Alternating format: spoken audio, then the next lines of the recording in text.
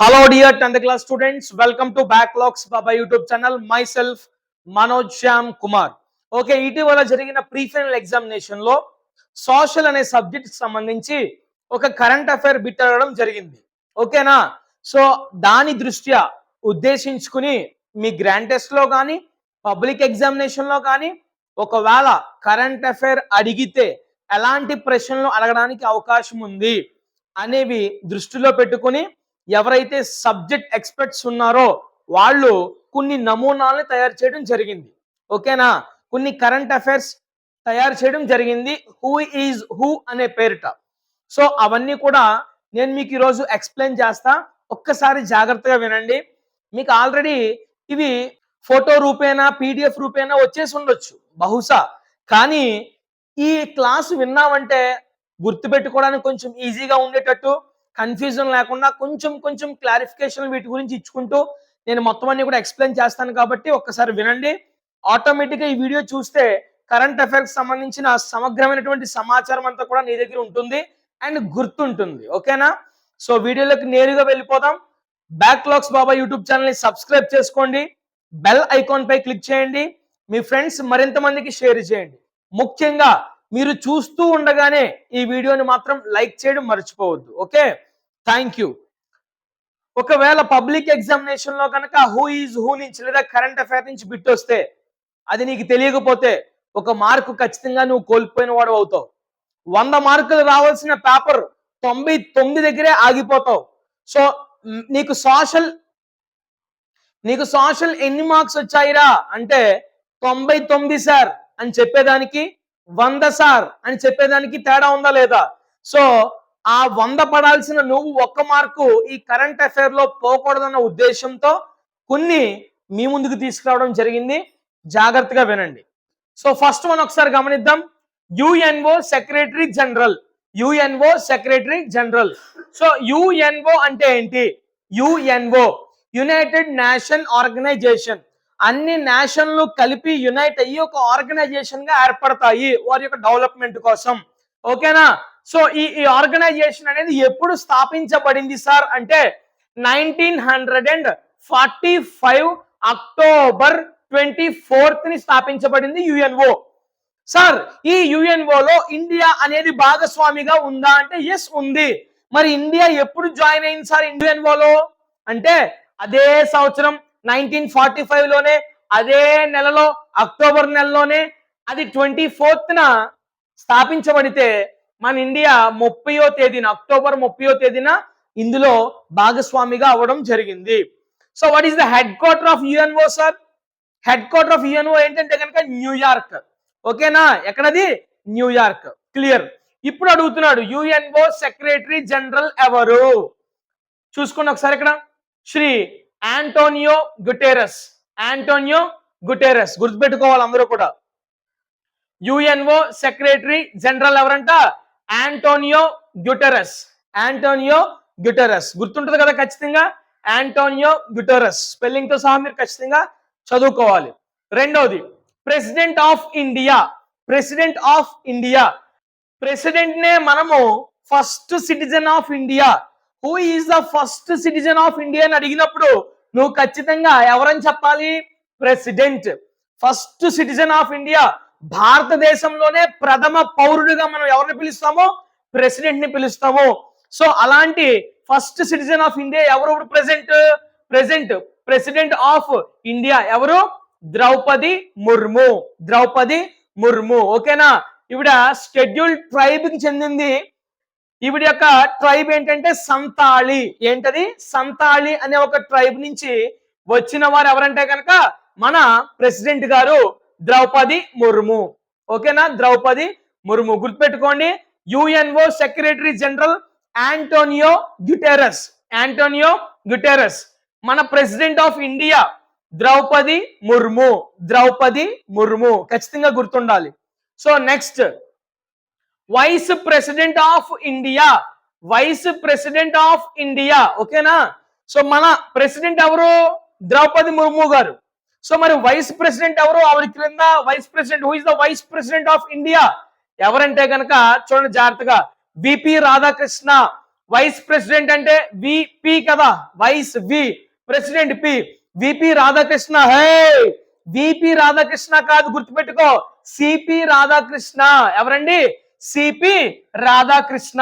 ఓకేనా, జాగ్రత్త గుర్తుపెట్టుకోవాలి. Vice president of India VP Radhakrishna. VP అంటే వైస్ ప్రెసిడెంట్, రాధాకృష్ణ విపి కాదు, సిపి రాధాకృష్ణ. ఓకేనా, మీకు గుర్తుండాలని చెప్పేసి చెప్తున్నా, CP Radhakrishna. Clear? So next, chief justice of India. Chief justice of India. ఓకేనా, చీఫ్ జస్టిస్, జస్టిస్ అనగానే మనకి కోర్టు గుర్తు రావాలి. కోర్టు గుర్తుందంటే ఆటోమేటిక్ గా లాయర్ గుర్తు రావాలి. ఒక ప్రముఖమైనటువంటి హీరో ఒక మంచి సినిమాలో లాయర్ గా యాక్ట్ చేశాడు. ఓకే, ఆ సినిమా పేరు జై భీమ్. ఆ జై భీమ్ సినిమాలో లాయర్ గా యాక్ట్ చేసినటువంటి ప్రముఖమైన హీరో ఎవరు? సూర్య. ఎవరు? సూర్య. గుర్తుందా అందరికి? సూర్య. చీఫ్ జస్టిస్ ఆఫ్ ఇండియా అని నీకు కనబడినా వినబడినా నీకు మెదలాల్సిన పేరేంటి? సూర్యకాంత్. జస్టిస్ సూర్యకాంత్. ఓకేనా, చీఫ్ జస్టిస్ ఆఫ్ ఇండియా అనగానే జస్టిస్ సూర్యకాంత్. ఓకేనా, next, chief justice of India అయిపోయింది. మరి చీఫ్ జస్టిస్ ఆఫ్ ఏపీ ఎవరు? చీఫ్ జస్టిస్ ఆఫ్ ఏపీ ఎవరు? జస్టిస్ ధీరజ్ సింగ్ ఠాకూర్. ధీరజ్ సింగ్ ఠాకూర్, మర్చిపోవద్దు, ధీరజ్ సింగ్ ఠాకూర్. ఇండియాకి చీఫ్ జస్టిస్ అనగానే గుర్తు రావాల్సింది సూర్యకాంత్. అదే ఆంధ్రప్రదేశ్ చీఫ్ జస్టిస్ అనగానే గుర్తు రావాల్సింది ధీరజ్ సింగ్ ఠాకూర్. ధీరజ్ సింగ్ ఠాకూర్. క్లియర్ ఎక్కడ వరకు? తర్వాత, ప్రైమ్ మినిస్టర్ ఆఫ్ ఇండియా. ప్రతి ఒక్కరికి తెలుసు, కరెంట్ అఫైర్ లో ఏ బిట్ ఇచ్చినా మనం ఆన్సర్ చేయలేమేమో కానీ ఈ బిట్ ఇస్తే ప్రతి ఒక్క విద్యార్థి కూడా ఆన్సర్ చేస్తారు. మనందరం కూడా ముద్దుగా మోడీ తాత అని పిలుచుకుంటాం, అవునా? సో ఎవరు ప్రైమ్ మినిస్టర్ ఆఫ్ ఇండియా? ఎవరు? శ్రీ నరేంద్ర మోదీ. శ్రీ నరేంద్ర మోదీ మీ అందరికీ తెలిసిన విషయమే. ఓకేనా, నెక్స్ట్, నీతి ఆయోగ్ చైర్మన్. నీతి ఆయోగ్ చైర్మన్. ఓకేనా, సో ఈ నీతి ఆయోగ్ చైర్మన్ గురించి మాట్లాడుకునే ముందు అసలు ఏంటి నీతి ఆయోగ్ గురించి రెండు విషయాలు చెప్పండి, అప్పుడు మాకు ఇంకా బాగా గుర్తుంటది అని చెప్పేసి మీరు అనుకున్నారు కదా. ఖచ్చితంగా నేను చెప్తా. సో దీని గురించి చెప్పే కంటే ముందు NITI నీతి అంటే ఏంటి sir? National institute of transforming India. National institute of transforming India.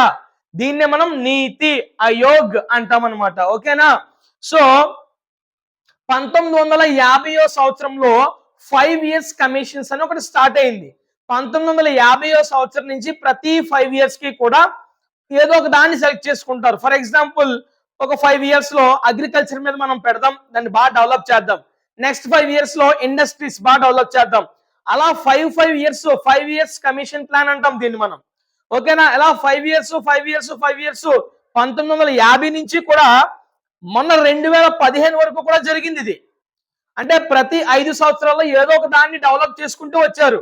కానీ 1950 సంవత్సరంలో స్టార్ట్ అయినటువంటి 5 years ప్లాన్ 2015లో రద్దయిపోయింది. ఏమైపోయింది? రద్దయిపోయింది.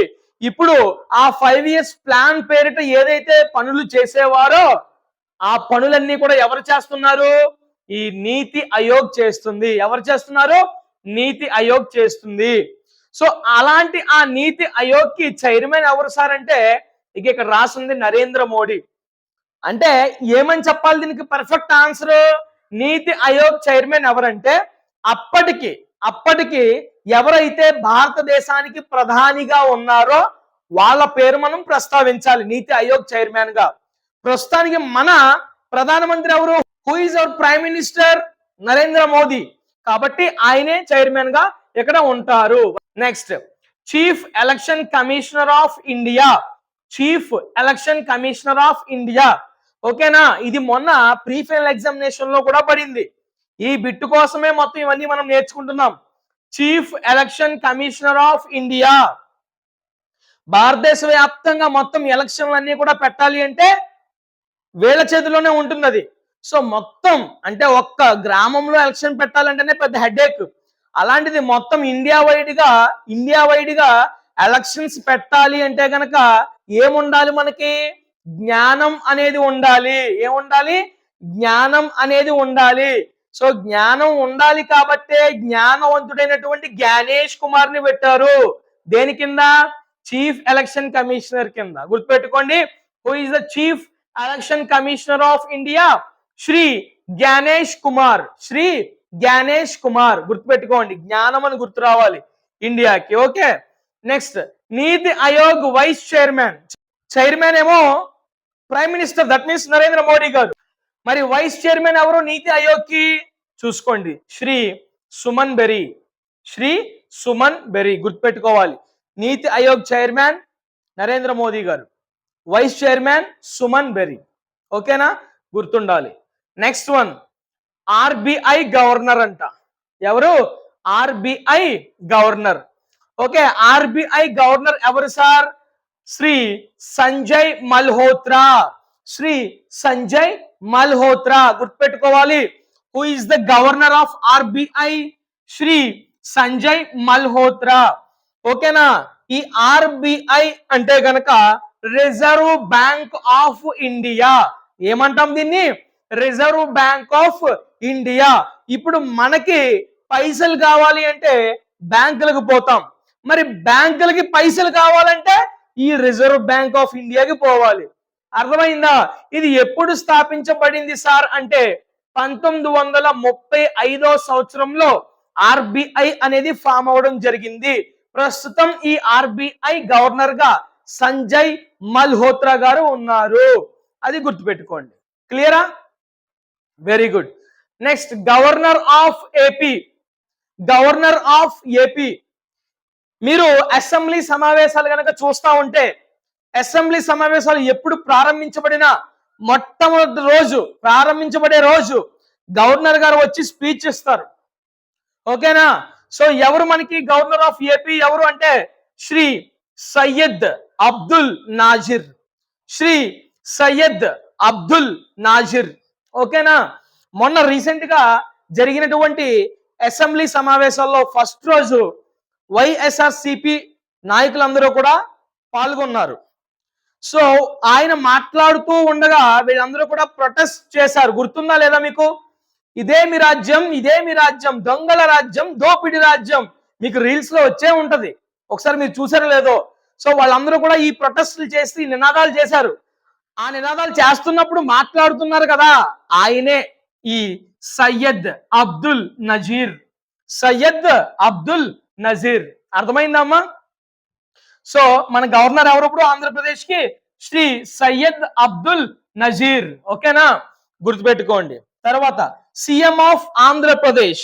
ఆంధ్రప్రదేశ్ యొక్క చీఫ్ మినిస్టర్ ఎవరినన్నా మనందరికీ తెలిసిందే, సిబిఎన్. ఎవరండి? సిబిఎన్. నారా చంద్రబాబు నాయుడు గారు మన చీఫ్ మినిస్టర్. గుర్తించుకోండి, మనందరికీ తెలిసిందే, మీరు ఎక్స్ట్రాగా ఎఫర్ట్ ఏం పెట్టాల్సిన అవసరం లేదు. సో మన ఆంధ్రప్రదేశ్ యొక్క డెప్యూటీ చీఫ్ మినిస్టర్, ఆంధ్రప్రదేశ్ యొక్క డెప్యూటీ చీఫ్ మినిస్టర్ ఎవరు? శ్రీ కొణిదెల పవన్ కళ్యాణ్ గారు. ఓకేనా? Pithapuram MLA. So Pithapuram MLA అంటే మనందరికీ తెలిసిందే, పిఠాపురం తాలూకా అనేది ఒక కొటేషన్ బాగా వైరల్ అయింది ఎలక్షన్ టైంలో. మీకు ఇంకా బాగా గుర్తుండాలి అంటే నాది పిఠాపురం కాన్స్టిట్యున్సీయే. ఓకే, ఇప్పుడు మా ఎమ్మెల్యే గారు ఎవరు? పవన్ కళ్యాణ్ గారు. సో డిప్యూటీ చీఫ్ మినిస్టర్ ఎవరు? పవన్ కళ్యాణ్ గారు. గుర్తుంచుకోండి, మీ అందరికీ గుర్తుంటుందిలే. So next, central educational minister. Central educational minister Andhra Pradesh కాదు, సెంట్రల్ అంటే India wide. India wide educational minister ఎవరో చెప్తా, జాగ్రత్త గుర్తుపెట్టుకోండి. మనకి మన లైఫ్ లోనే కాదు, ప్రతి ఒక్కరి లైఫ్ లో ఎడ్యుకేషన్ అనేది చాలా ప్రధానమైనది. ఎడ్యుకేషన్ అనేది చాలా ప్రధానమైనది. So who is the central education minister? Dharmendra Pradhan. ఎవరండి? ధర్మేంద్ర ప్రధాన్. ఎడ్యుకేషన్ ప్రధానమైనది, ఎడ్యుకేషన్ మినిస్టర్ ధర్మేంద్ర ప్రధాన్. ఓకేనా? ధర్మేంద్ర ప్రధాన్. అయిపోయింది ఇక్కడ వరకు. సో సెంట్రల్ ఎడ్యుకేషన్ మినిస్టర్ గురించి మాట్లాడుకున్నాం. మరి మన ఆంధ్రప్రదేశ్ ఎడ్యుకేషన్ మినిస్టర్ ఎవరు? శ్రీ నారా లోకేష్ గారు. ఎవరండి? శ్రీ నారా లోకేష్ గారు. గుర్తుపెట్టుకోండి, ఎడ్యుకేషన్ మినిస్టర్ ఆఫ్ ఆంధ్రప్రదేశ్ ఎవరు? శ్రీ నారా లోకేష్ గారు. ఓకేనా, గుర్తుపెట్టుకోండి. మీ అందరికీ తెలిసిందే. వై? బికాస్ మీ స్కూల్లో ఏ ప్రోగ్రామ్, ఏ కొత్త కొత్త ఇన్నోవేటివ్ ప్రోగ్రామ్స్ అన్ని కండక్ట్ చేస్తున్నా మీ స్కూల్లో తరచుగా వినబడే పేరు నారా లోకేష్ గారు. వై? బికాస్ మన ఎడ్యుకేషన్ మినిస్టర్ ఈయనే కాబట్టి. ఓకేనా, next central finance minister. Central finance minister. So budget ని ప్రవేశపెడతారు కదా మొత్తం సెంట్రల్ వైడ్ గా. సో వాళ్ళు ఎవరంటే ఫినాన్స్ మినిస్టర్ మనం పిలుస్తాం. సో సెంట్రల్ ఫినాన్స్ మినిస్టర్ ఎవరంటే కనుక శ్రీమతి నిర్మలా సీతారామన్. శ్రీమతి నిర్మలా సీతారామన్ బడ్జెట్ ని ఎక్కువ సార్లు ప్రవేశపెట్టినటువంటి మొట్టమొదటి మహిళ ఈవిడే. అండ్ బడ్జెట్ ని రెండోసారి ప్రవేశపెట్టిన మహిళ ఎవరంటే కనుక నిర్మలా సీతారామన్ గారే. గుర్తుపెట్టుకోండి, సెంట్రల్ ఫినాన్స్ మినిస్టర్ ఎవరు? Nirmala Sitharaman. Who is the central finance minister? Nirmala Sitharaman. ఓకేనా, సెంట్రల్ కి. మరి మన ఆంధ్రప్రదేశ్ కి ఏపీ స్టేట్ యొక్క ఫినాన్స్ మినిస్టర్. ఫినాన్స్ అనగానే మనకి గుర్తు రావాలి క్యాష్. క్యాష్, క్యాష్ అవులు, పయ్యావుల క్యాష్ అవులు, పయ్యావుల క్యాష్ అవులు. మన ఆంధ్రప్రదేశ్ యొక్క ఫినాన్స్ మినిస్టర్ ఎవరండి? క్యాష్ క్యాష్ క్యాష్, క్యాష్ అవులు, పయ్యావుల క్యాష్ అవులు. ఓకేనా, clear. So central home minister. Home minister అంటే పోలీసు వ్యవస్థ అంతా కూడా వాళ్ళ కంట్రోల్లోనే ఉంటుంది, వీళ్ళ కనుసైగల్లోనే ఉంటుంది. వీళ్ళు ఎలా నడిపిస్తే అలాగే నడుస్తుంది. భారతదేశ వ్యాప్తంగా పోలీసు శాఖ అంతా కూడా ఎవరి కంట్రోల్లో ఉంటుంది? Amit Shah. Who is our home minister? Who is our central home minister? Amit Shah. ఓకేనా, అమిత్ షా గారు మన సెంట్రల్ హోమ్ మినిస్టర్. సో మన ఆంధ్రప్రదేశ్ కి ఎవరు మరి హోమ్ మినిస్టర్? వంగలపూడి అనిత. ఎవరండి? శ్రీమతి వంగలపూడి అనిత గారు మన ఆంధ్రప్రదేశ్ యొక్క హోమ్ మినిస్టర్. ఓకే, ఆమె టీడీపీ ఎమ్మెల్యే, మీ అందరికీ తెలిసిందే. సో ఇది నాన్న మొత్తం ఓవరాల్ గా మీ టెక్స్ట్ బుక్ ని అనుసంధానం చేసుకుని ఒకవేళ అడిగే ఛాన్స్ ఉన్నటువంటి కరెంట్ అఫైర్స్ ఇవన్నీ కూడా. ఓకేనా, ఐ హోప్ మీ అందరికీ కూడా అర్థమైంది అనుకుంటా. ఒక్కసారి మీకు అర్థం కాకపోతే లేదంటే మళ్ళీ ఇంకొకసారి వెనక్కి వెళ్ళిపోయి మళ్ళీ వినేశారనుకోండి, స్పెషల్ గా దీనికి టైం ఇన్వెస్ట్ చేయాల్సిన పని ఉండదు, ఇప్పుడే వచ్చేస్తుంది. ఎప్పటికిప్పుడే నేను చెప్తుండగానే వచ్చేస్తుంది. ఓకేనా, సో ఐ హోప్ ఒకవేళ మీరు రాసుకోకపోతే ఇవన్నీ కూడా రాసుకోండి. రాసుకుని ఒక్క 2 times చదువుకుంటే ఖచ్చితంగా గుర్తుంటుంది. ఓకేనా, సో సబ్స్క్రైబ్ చేసుకోకపోతే సబ్స్క్రైబ్ చేసుకోండి. మరి ఇంత కష్టపడి మీ అందరికీ చెప్పాను కదా, ఒక లైక్ ఇస్తే ఏం పోయింది నాకు. సో ఒక లైక్ ఇవ్వండి, మీ ఫ్రెండ్స్ కూడా షేర్ చేయండి. Thank you very much. All the best for your preparation.